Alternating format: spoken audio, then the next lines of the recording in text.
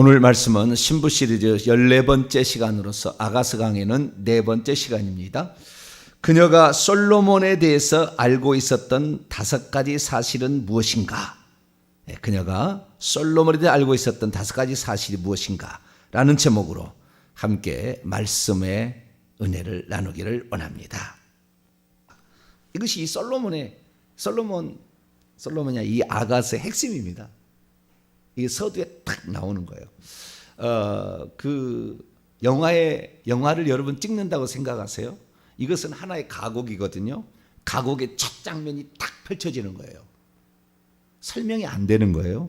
딱, 저게 무슨 일이지? 저게 무슨 말일까? 그러면서 이것을 설명해 주는 거예요, 결국에. 이 장면이 바뀌면서 과거로 갔다가 현재로 갔다가 이렇게 하면서 첫 장면이 무슨 의미였나?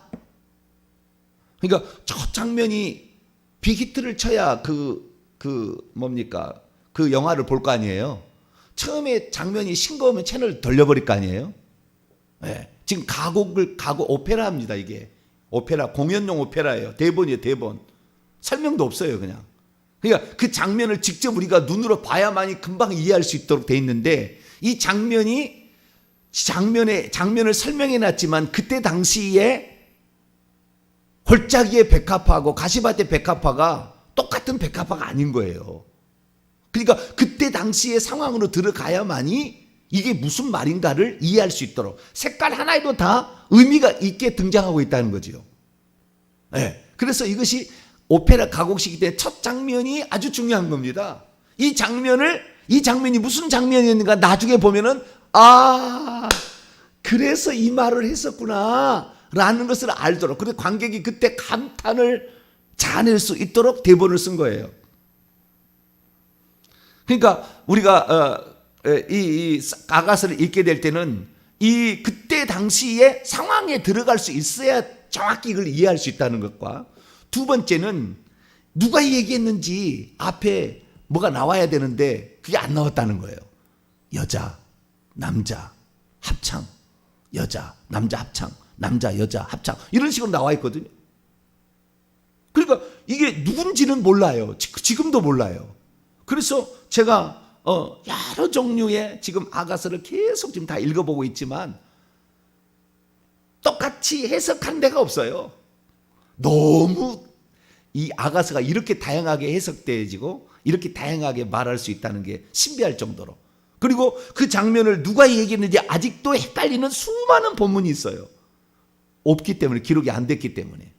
좀 기록을 해놨더라면 좋았을 텐데, 솔로몬이 이것을 쓸 때는 아마 공연을 했었으리라라는 추측이 돼요.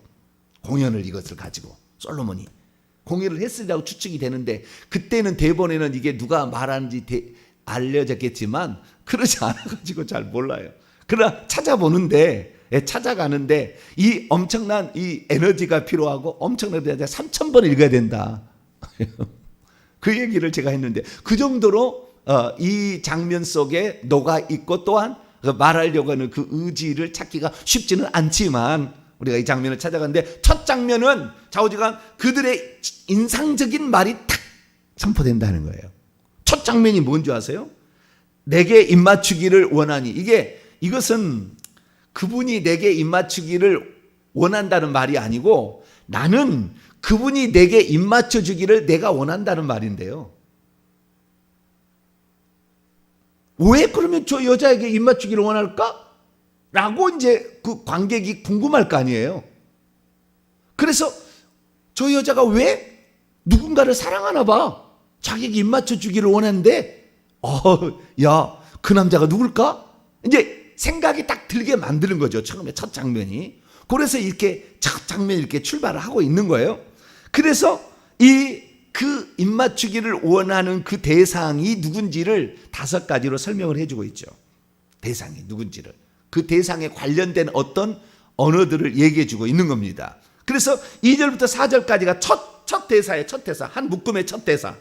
첫 대사인데, 이 대사 안에 이 아가스가 다 녹아 있는 거예요. 싹 들어있는 겁니다.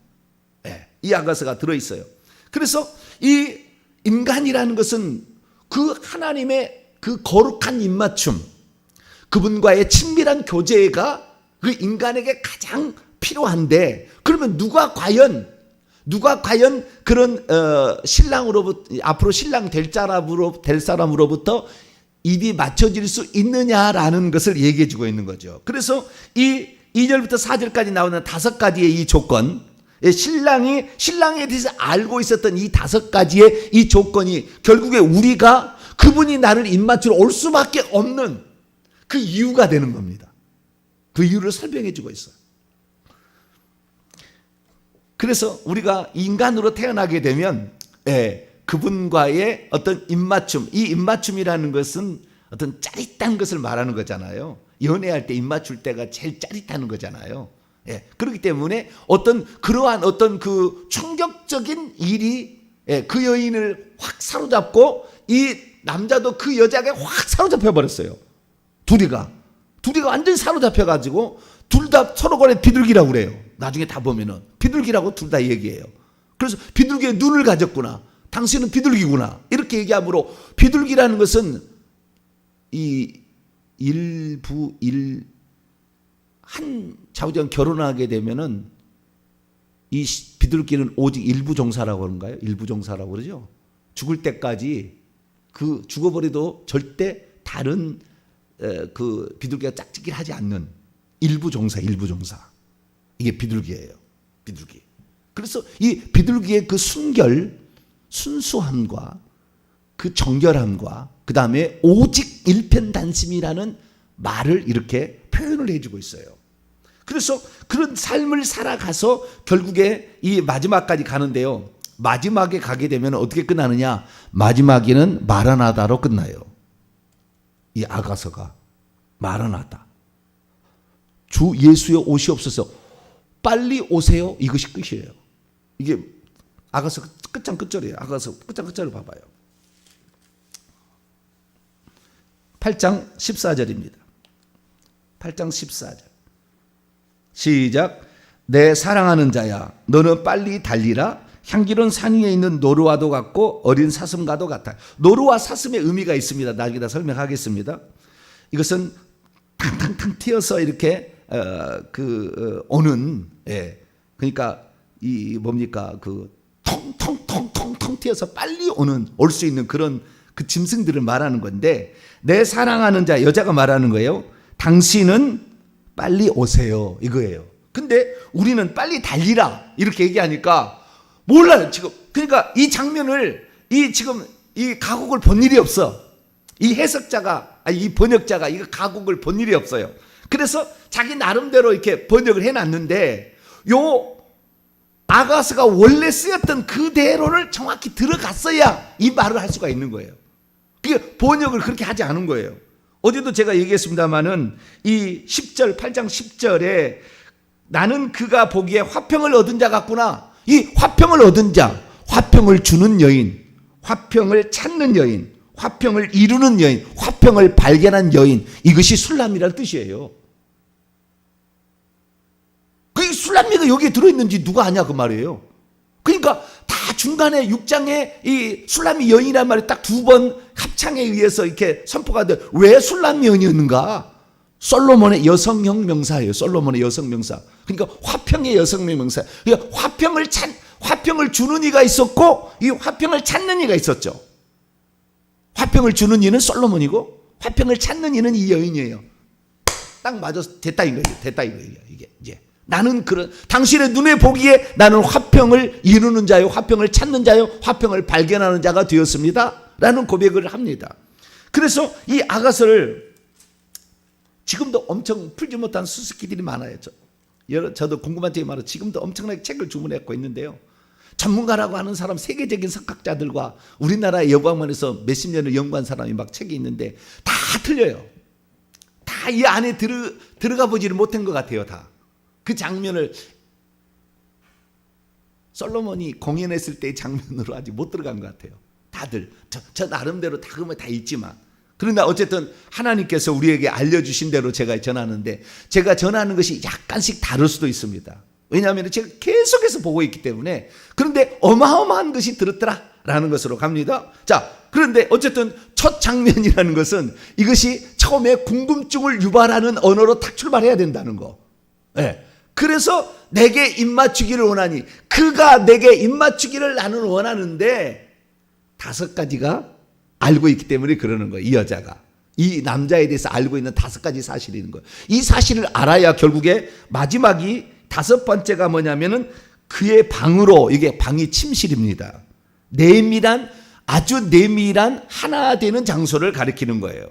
그래서 계속 하나됨이 말하는 건데요, 나중에 우리가 그리스도의 왕권 신부가 되는 사람은요, 주님과 하나 된 사람이에요. 주님과 하나가 덜 된 사람일수록 점점점 밀려납니다. 왕권 신부, 왕후 신부, 비빈 신부, 그 다음에 시녀 신부, 그 다음에 백성들. 이 백성들이 예루살렘 딸들로 표현되는 사람들이에요. 백성들, 그 다음에 성 밖에, 그 다음에 바깥 어두운데, 그 다음에 저기 불못까지. 이렇게 점점 밀려나, 하나가 안 될수록 더 밀려나는 거예요.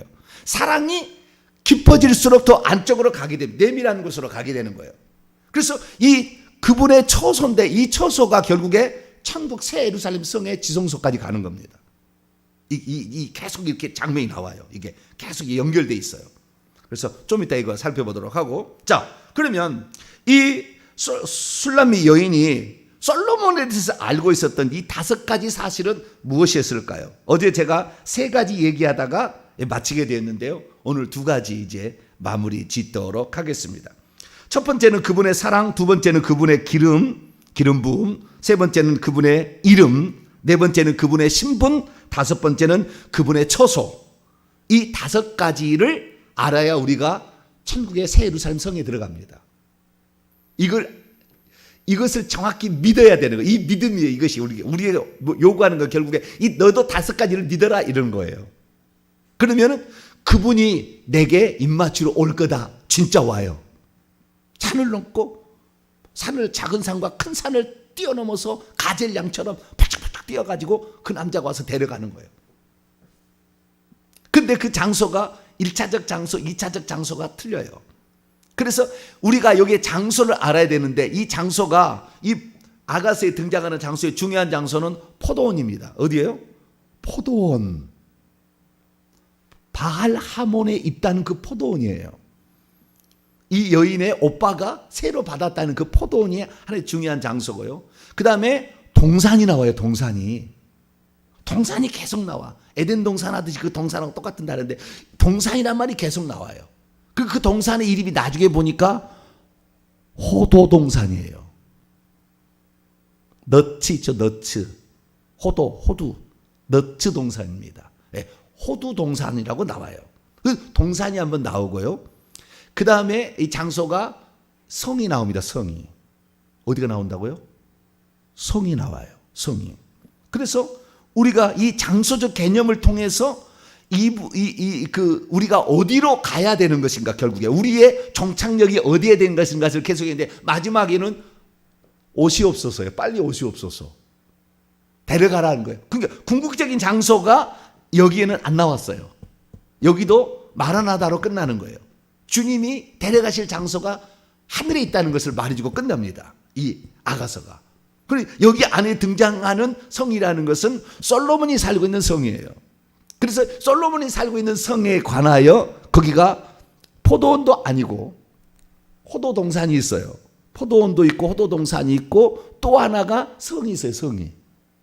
성 안에 들어가면 결혼하는 거예요. 거기에 신부를 데려가서 결혼하는 거예요.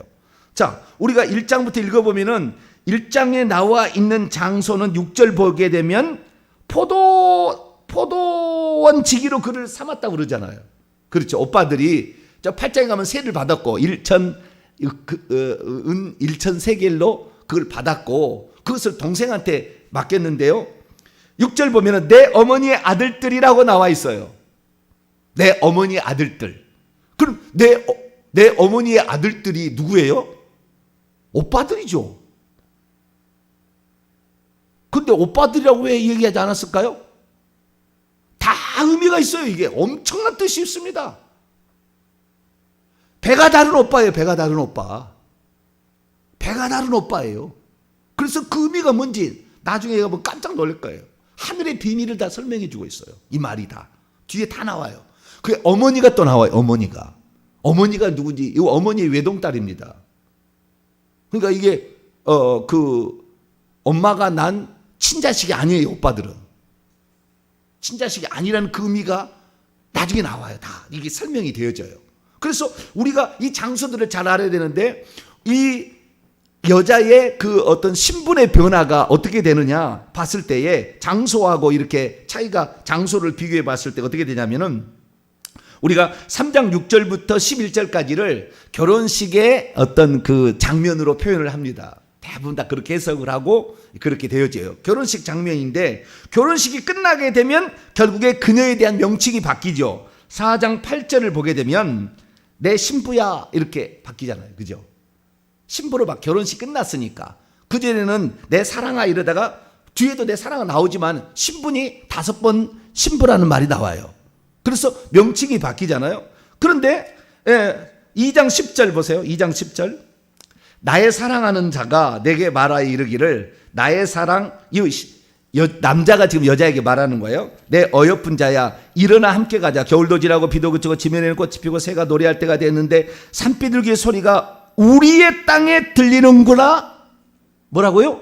어디에 들려요?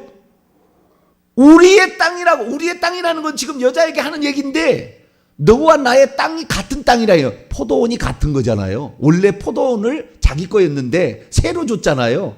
근데 그 새에 지금 포도원 지기가 누구예요? 여자잖아요. 여자예요. 그래서 우리 땅에 들리는구나. 그러니까 지금 여자는 지금 포도원에 있는 거예요. 우리의 땅, 나와 너와 땅에 지금 있다는 거예요. 그래가지고 15절 보면은 여자가 말할 때 이렇게 말하는 거예요. 가자 이렇게 얘기하니까, 우리를 위하여 여우 곧 포도원을 흐는 작은 여우를 잡으라. 우리의 포도원에 꽃이 피었습니다. 포도원이 누구예요? 바알하몬에 있다는 그 포도원이 솔로몬의 포도원이었고, 그것이 바로 이제 나의 포도원이 됐잖아요. 새로 얻었으니까. 이 포도원의 의미도 아주 중요합니다. 네, 포도원의 의미도 무엇을 뜻하는가 한번 생각해 보시라고요. 이 포도원인데, 이 포도원에 가자 하면서 이 2장 10절의 말씀, 일어나 가자라는 말이 결국에 무슨 말이냐, 이것이 결혼하기 위하여 이제 내가 있는 곳으로 갑시다예요. 아무도 이런 해석을 하지 않더라고요. 그래서 3장 2절에 보면 이 여자가 이제 결혼하기 위해서 솔로몬이 데려와서 성으로 들어갑니다. 그 성으로. 이 성은 지금 솔로몬이 왕궁에 있기 때문에 예루살렘 성으로 갑니다. 이 바알하몬이라는 것은 이 8절에 4장 8절에 보게 되면 레바논에 있는 어떤 장소예요. 정확히 보니까 레바논에 있는 사자굴과 표범산이 있는 그곳이에요. 사자굴과 표범산이 있는데, 왜 사자굴과 표범산이겠어요? 사자고 표범은 다니엘서 보게 되면 사자는 바벨론 제국이고요, 표범은 메디아 바사 제국. 이 여자가 다른 지금 제국에 속해 있는 곳에 있을 때에 이 결혼식을 할 때 너의 그 마음이 아직도 거기에 놓여 있다면 거기를 벗어나야 된다, 이렇게 얘기를 하는 거예요. 그리고 이런 짐승들은 영적으로 보면 귀신들을 말하는 것이고 아주 높은 계급의 귀신들입니다. 여우나 이런 짐승들이 표현이 다. 그런데 이런 것들로부터 나오라고 이렇게 초청을, 그래서 우리의 마음을 빼앗겨버린, 내가 과거에 이런 제국에 속해 있고 이런 땅에 속해 있어가지고 결국에 내 생각을 빼앗겨버린 그 생각에서 이제는 오직 신랑 되신 그분만을 생각할 수 있도록 너의 마음까지 내게 오라고 얘기를 하는 거예요. 근데 마음이 온전히 오지 못했어요. 결혼을 하지 못해. 그래서 신랑이 오는 날 문을 안 열어줘요.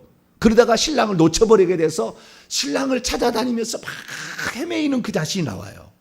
그러다 다시 신랑을 만나게 되고, 그 다음에 2번 다시 신랑을 놓치지 않겠다 얘기하는데, 그 신랑은 결국에 나중에 다시 오실 분으로 초청이 됨으로 말미암아 이 땅의 것이 온전히 아니라는 것으로서 이 노래가 맞춰지게 됩니다.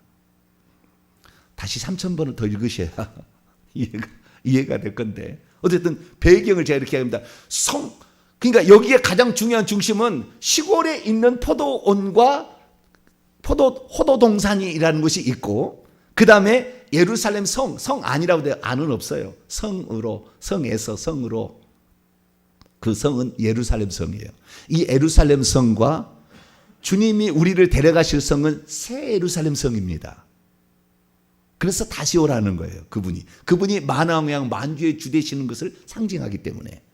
그래서 다시 나를 빨리 오셔서 나를 데려가 달라 이렇게 얘기하는 것은 새 예루살렘 성에. 근데 지금 이 여자는 이 땅에 있는 예루살렘 성 안에 있어요. 그래서 그 신랑을 잠시 놓쳐버려서 마음이 아직까지 완전히 사자굴과 표범산에서 내려오질 못해요.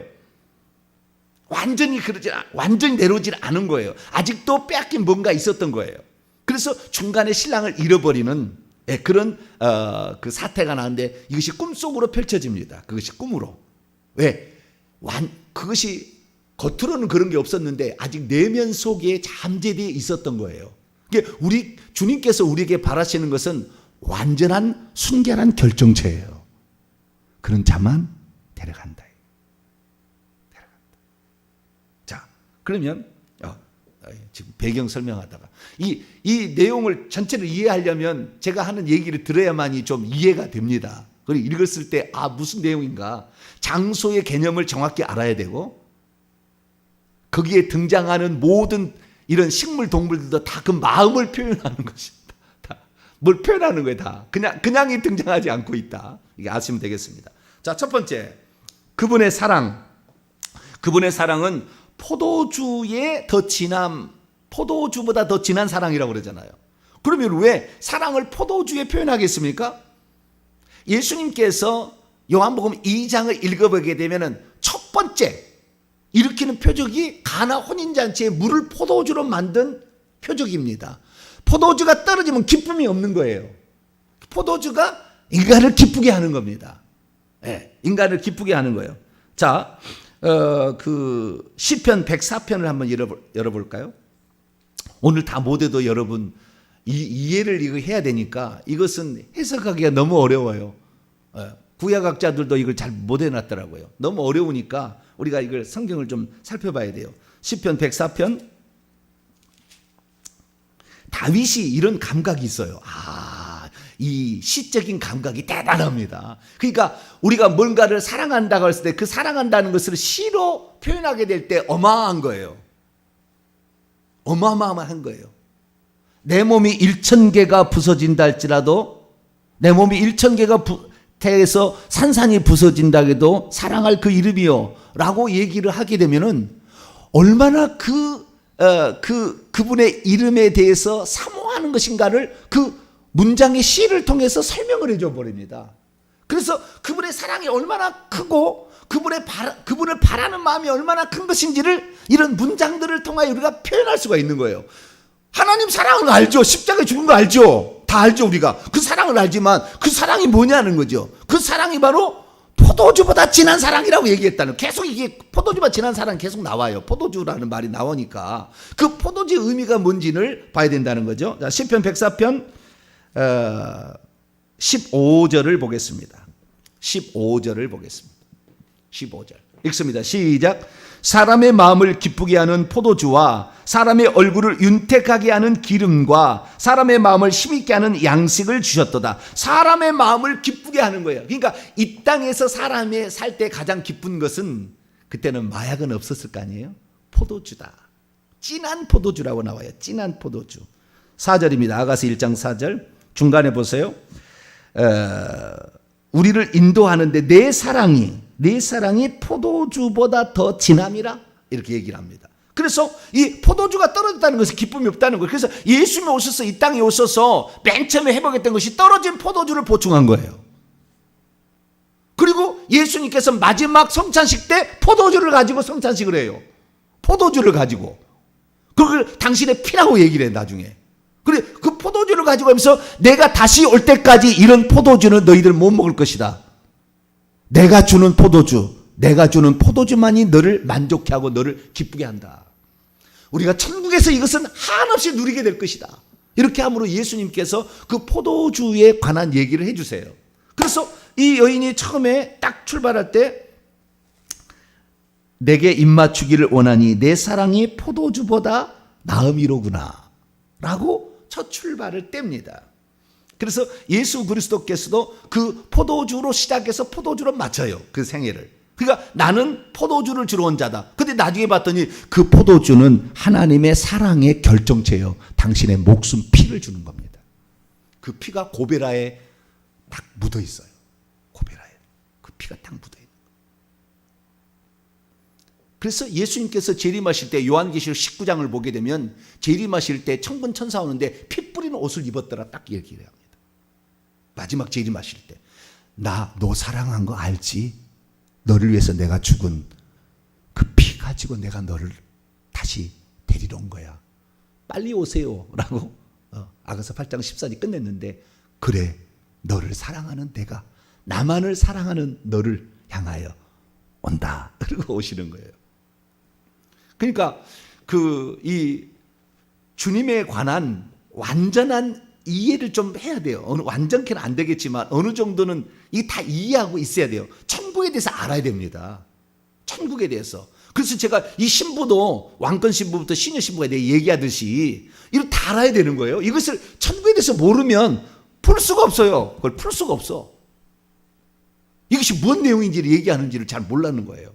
그래서 어마무시한 영적인 비밀들이 이게 담겨 있다라는 것이에요. 그래서 그분의 사랑은 피 묻은 옷을 입고 오신 고베라송이에요. 그분의 사랑. 이것이 포도주예요. 포도주. 붉은 포도주라고 얘기하잖아요. 그 붉은 포도주로 주님이 우리에게 오시는데 빨리 오세요라고 처음에 딱 던져주는 거예요. 당신이 나에게 입맞추고 간대. 그 포도주가 뭔지를 의미를 알았던 이 여인은 주님이 다시 진짜 포도주를 천국에서 새 예루살렘 성에서 먹기를 바랍니다라고 처음에 고백을 딱 던집니다. 우리들이 그분이 우리를 위해서 희생하신 그 사랑, 아가페 사랑, 조건 없이 우리를 사랑하시는 그 놀라운 사랑, 그 조건 없는 사랑은 원래 그분의 짝이었기 때문에 그런 거예요. 다른 게 아니에요. 다른 사람 다 짝이 아니었어요. 정략 결혼으로 다 와 있는 거예요. 그런데 이 짝이라는 것을 나중에 딱 눈은 영을 바른다고 그랬어요. 영이 딱 알아버린 거예요.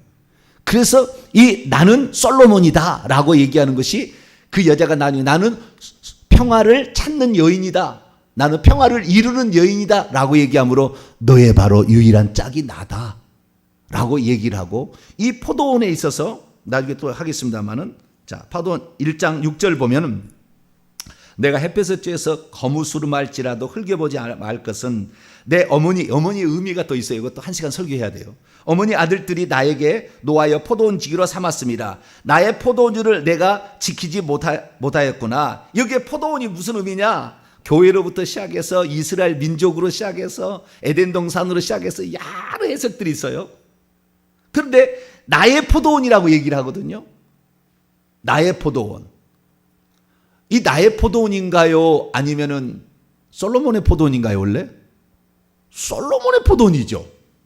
근데 그 앞절에는, 그 앞부분은 나의 포도원을, 그러니까 이붓 오빠들이 나에게 그 포도원을 맡겨줬는데, 나의 포도원은 정작 내가 지키지 못했다. 이렇게 얘기를 한다, 그 말이에요. 그러면 포도원이 둘인가?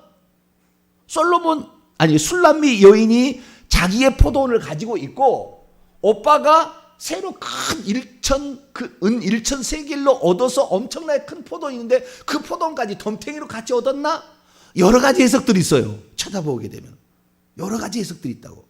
그러면 이게 무엇인가 하는데요, 이 결론이 어떻게 나오냐면 이 결론이 나와요. 8장 끝에 가보세요. 주여, 오늘 포도원 얘기, 사랑 얘기에다가 끝날 것 같은데 주여, 또 내일 계속 하죠. 아마 이 아가서 강의가 끝나게 되면 여러분이 주님 살아가는 것이 아주 깊어질 거예요. 깊어질 거예요. 이 사랑을 경험하면 주님을 부인하지 못할 거예요. 깊어질 겁니다. 자, 아가서 8장 12절 11절로 12절을 읽겠습니다. 11절 12절 시작. 솔로몬이 바알 하몬에 포도원이 있어 지키는 자들에게 맡겨두고 그들로 각기 그 열매로 말미암아 은천을 바치게 하였구나. 솔로몬, 당신은 천을 얻겠고 열매를 지키는 자도 200을 얻으려니와 내게 속한 내 포도원은 내 앞에 있구나. 내게 속한 내 포도원은 내 앞에 있다. 이게 무슨 말일까요? 지금 이미 결혼했잖아요. 결혼했으면 남편 것이 내 것이잖아요. 그런데 나에게 속한 내 포도원이라고 왜 강조를 할까요? 여러분, 이 포도원은 그 여인이에요. 그 여인의 마음. 나의 포도원이라고 표현한 것은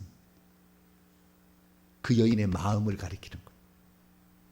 그 여인의 마음을 결국에 내 앞에 있다는 것은 당신이 이제 나의 마음을 받아주세요 라고 얘기한 거예요. 그게 포도원을 가지고 이 여인이 자기의 마음을 표현해 주고 있어요. 솔로몬의 포도원이 있는데 그 포도원이 있지만 그것을 새로 내가 이렇게 지켜서 고된 가운데 가시나무 가운데 고통을 받고 있어요. 이 포도원에서 지금 내가 이렇게 살고 있는데 나의 마음은 정작 지키지 못했다라는 것은 무슨 말이냐면은 이 나의 마음이 당신께로 온전히 향해야 되는데 그 마음을 갖지 못했는데 당신의 사랑이 너무 부족하니까 와서 나를 사랑해 주세요라는 거예요. 앞에가. 그래가지고 그분이 결국에 그를 가져가자 솔로몬이 자기의 포도원을 가져간 것으로 해석하고 있는 거예요. 이 여자는 자기의 포도원을 자기가 가져가는 것으로. 그래서 이 솔로몬이 얻으려고 했던 것은 이 땅의 포도원 교회가 아니고 주님께 마음을 바치는 그 여인을 데려가는 거예요. 신부를 데려가는 거라고. 내가 포도원입니다라고 얘기를 하는 거예요. 당신이 나를 사랑하는 그 붉은 포도주만큼 당신이 고베라 송이인 만큼 나도 고베라 송이의 향기로 주님 앞에 드립니다. 이렇게 드리는 거예요. 그래서 나중에 가면은 나의 포도주를 내게 있다는 게 주님이 다시 오셔야 되니까 다시 오실 그분 포도원을 찾는다면 내가 일천 세겔로 얻은 그 포도원이 나니까 나를 가져가세요. 이렇게 얘기하는 거예요. 나를 가져가세요. 이렇게 얘기하고 끝나는 거예요. 포도주 얘기하다가 포도원까지 얘기했는데요. 나중에 더 자세히 이 부분은 더 살펴보도록 하겠습니다. 그래서 그분의 사랑이 포도주보다 진하다라고 얘기하므로 그분의 사랑을 안 자만이 결국에 새 예루살렘 성에 들어갑니다. 이게 그분의 사랑을 알아야 돼요. 두 번째는 그분의 기름 부음이죠. 열왕기상 1장 39절 보면 사독이 솔로몬에게 기름을 부어서 왕이 되게 합니다. 기름을 붓는 목적은 신분을 바꾸는 거예요. 신분을 바꾸는 겁니다. 그래서 우리가 시골 처녀에서 신분이 바꿔지려면 그분이 우리를 결혼하는 방법이에요. 그분은 기름 부음을 받아서 한량없이 부어지는 성령, 기름 붓듯 하셨던 성령 나사렛 예수에게 그 성령으로 말미암아 그분의 기름 부음이 있어서 신분이 그분은 왕과 선지자와 제사장으로 신분을 바꾸잖아요. 그런데 이 여인이 그런 쪽의 신분을 바꾸려면 기름 부음을 받은 자고 결혼하면 왕비가 돼버려요. 신분이 바꿔져 버린다. 시골 처녀에서 왕후가 되는 거예요. 왕후가. 여러분, 저는 이제 사극을 제대로 이해를 못했는데, 얘가 이 왕비, 그 다음에 비비는 후궁으로 나오잖아요. 왕비는 왕후라고 나오고, 왕비하고 후궁하고 차이가 어떤 차이가 있는지 아세요? 그 다음에 궁녀가 있잖아요. 시녀가. 그러니까 왕비가 있고,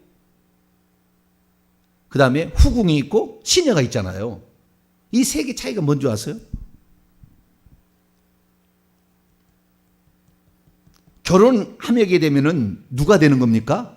왕비가 되는 거예요. 결혼하게 되면. 이 여인은 왕비 중에서 수많은 왕후가 60이고 비빈이 80, 후궁이 80이고 시녀가 무수하되 나의 완전한 자, 나의 비둘기. 나를 완전히 빠뜨려 버리는 거죠. 그 완전히 내가 팍 빠져버리는 그 존재는 너 하나밖에 없다. 에하드.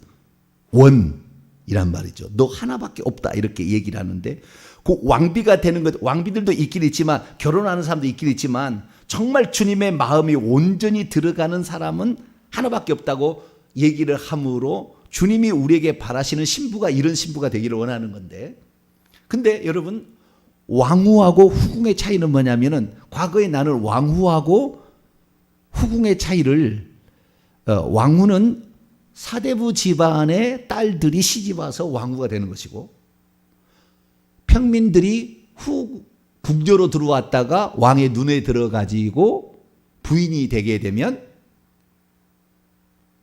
후궁이 된 줄 알았어요. 틀린 건 아니에요. 근데 가장 중요한 이 아가서에 말하고자 하는 그게 아니었어요. 그건 뭐냐면 결혼식을 올린 것과 알리는 것의 차이예요.